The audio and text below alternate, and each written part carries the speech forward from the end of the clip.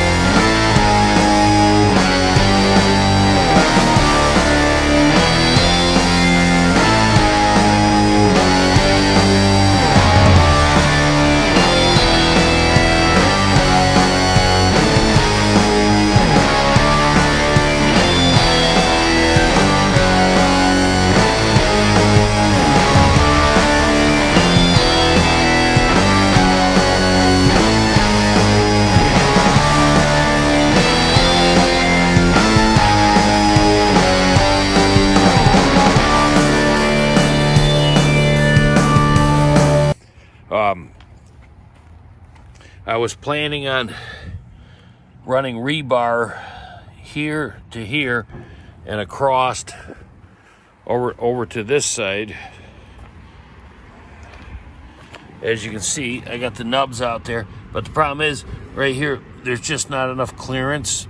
So instead I punched some holes on the inside right there, and on this side. And then what I was gonna do, I got 4 10-foot sticks. Well, I was at 2 20-foot sticks. I had to cut in half to fit in my car. I was gonna drive them in, and just tie them in the middle. But there was just too much flex, and I couldn't get them freaking things going. So I cut some 12-inch pieces or 14-inch pieces, whatever, drove them in, and then wired it up like that. Whatever, I thought about bringing up my welder and but I just got to get this shit done. Never had any rebar in there before, so plus the garage here too. I have it pulled in. I have my chain fall on there because this garage is bowed out about 3 inches in the middle here. Because years ago, the old man who used to live here, he used to park in the garage and he put his car in drive instead of reverse, and bam, and the garage it's just sitting on the foundation. There's nothing holding on there. So once I get this done, I'm gonna drop a couple pieces of rebar just to keep the garage from moving off of there again. So anyways, what I've done here is the old foundation was basically above the ground in most of the spots back here. So I dug down a little bit. I was at Home Depot. I was going to get some 3/4 inch plywood to make a form for the outside. Well, when I went there to get the stuff, it just so happened that they had 2 sheets of this 1/2 inch or 7 gazillion thousandths, whatever, and a whole shit ton of 2x8s. Just non-treated 2x8s, and they're 70% off bin. So I bought that. So I'm making a form out of there. Originally, I was just gonna I was gonna take the plywood, just screw it up to the sides, you know, and just pour it so that it's right even with the outside. But then I was like, no, you know, I gotta have a little recess on there. So I took the scraps, made a recess, just running most of the way, probably be like into here, 45'd them, as you can see.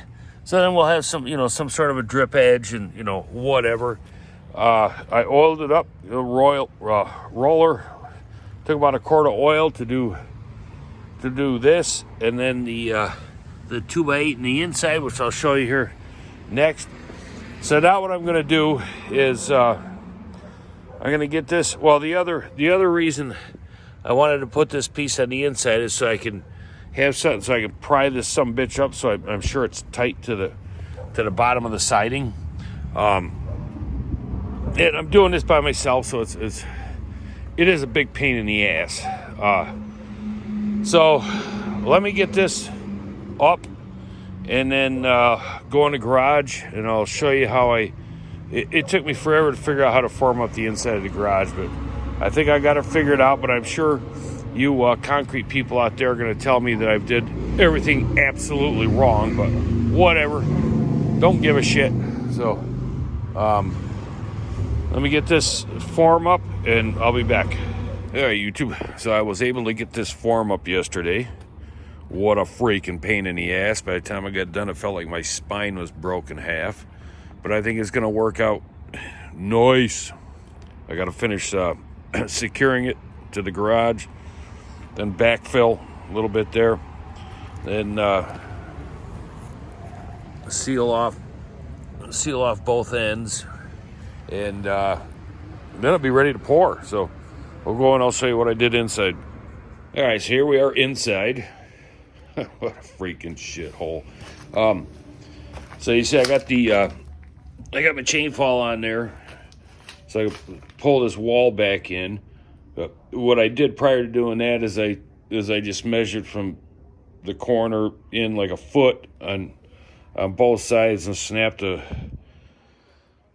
chalk line.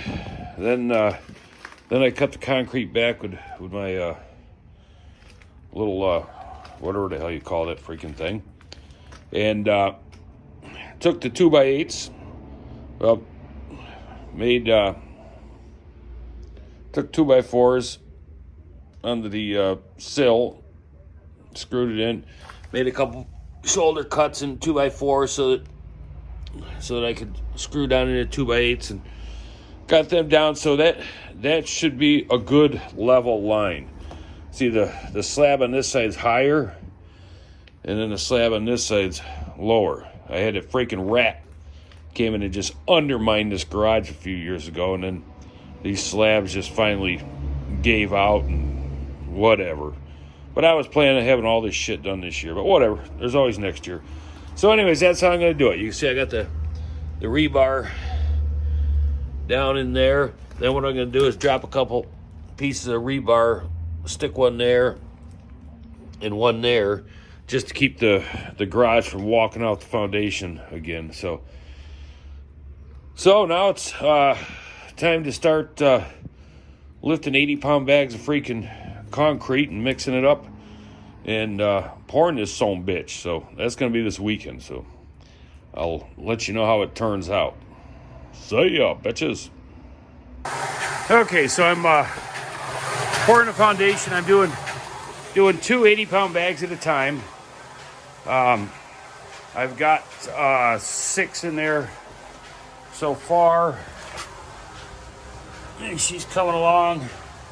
I'm vibrating it, put a couple bags in, let it mix up, vibrate, whatever. So it's not that bad. It's not as bad as I thought it was going to be. That freaking that little 4 cubic foot mixer does a damn good job. It would have been better if it was 5 cubic feet, because with the 2 80-pound bags, I put them both in there dry and a little water. Then I bump it over to let everything start to go to the back. Otherwise, it spits out pretty good. So, anyways, that's it, man.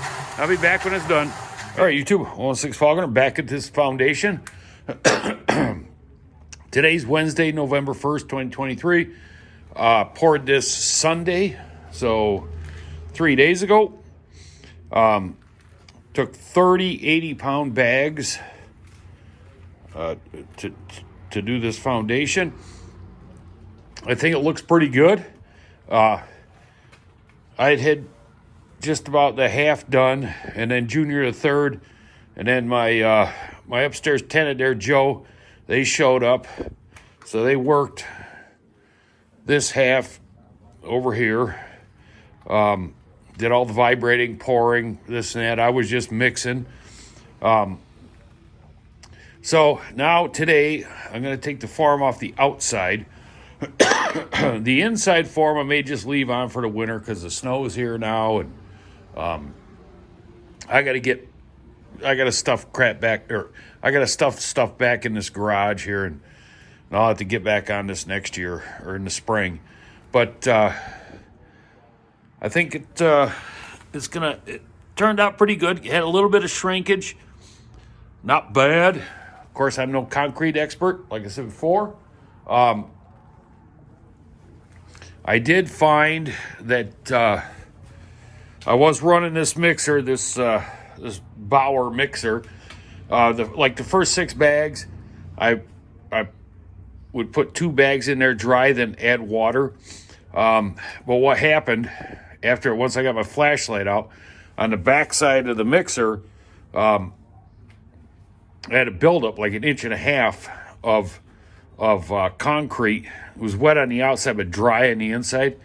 So once I got that cleaned up, then I started. Once I'd dump the 2 bags out, then I get the hose and I'd fire up the machine, spray the drum, spray the blades in there in the back. Then I'd throw a bag in, get that going, then spray it down, make sure the back nothing was sticking. Get it really wet, then I'd add a second bag and then add whatever water I needed to add to that, and that worked out great. The inside of this thing is cleaner than. Oh crap! I don't have my flashlight, but she cleaned up running it like that, and the inside of this thing looks brand new. So this mixer did a bang up job. Like I say, two bags, 2 80-pound bags is like max. So let me go outside, show you that, and then I'll get the form off, and we'll go from there. Okay, here I am on the outside. I sealed the ends off, took 2x8, I 45'd them, dug down, got it in there, screwed in there. Both sides had no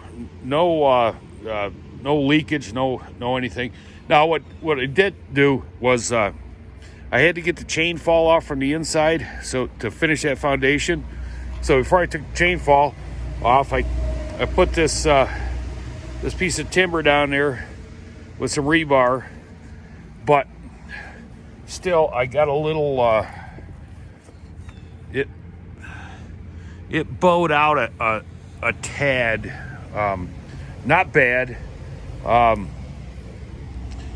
Then I backfilled the forms here. I didn't tamp the stuff down because I figured, it kind of pushed the form in at the bottom, but I figured the weight of the concrete would draw it back out, but it didn't.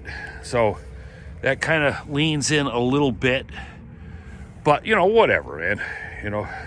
So let me pull this stuff off and we'll see how it turned out. See you in a minute there, bitches. All right, well, I got the form off.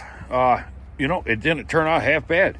I see the side that where I was vibrating, I got a few air pockets in there. The side Junior third was doing doesn't have near as many air pockets, but my little recess in here turned out pretty good. Runs right to here, down there. The form worked out good. This freaking thing is heavy as shit, man, when I took this thing out. And just so you know, this plywood here, when I got it from the Home Depot in the 70% off bin, it was already pre-formed for a canoe. So I had them rip it down so I fit in my car, and then, you know, putting the blocking on the back and stuff. I mean, it straightened up nice, but this looks pretty good. The corners came out good. Watch out there, Edwin. Corners came out nice there. Over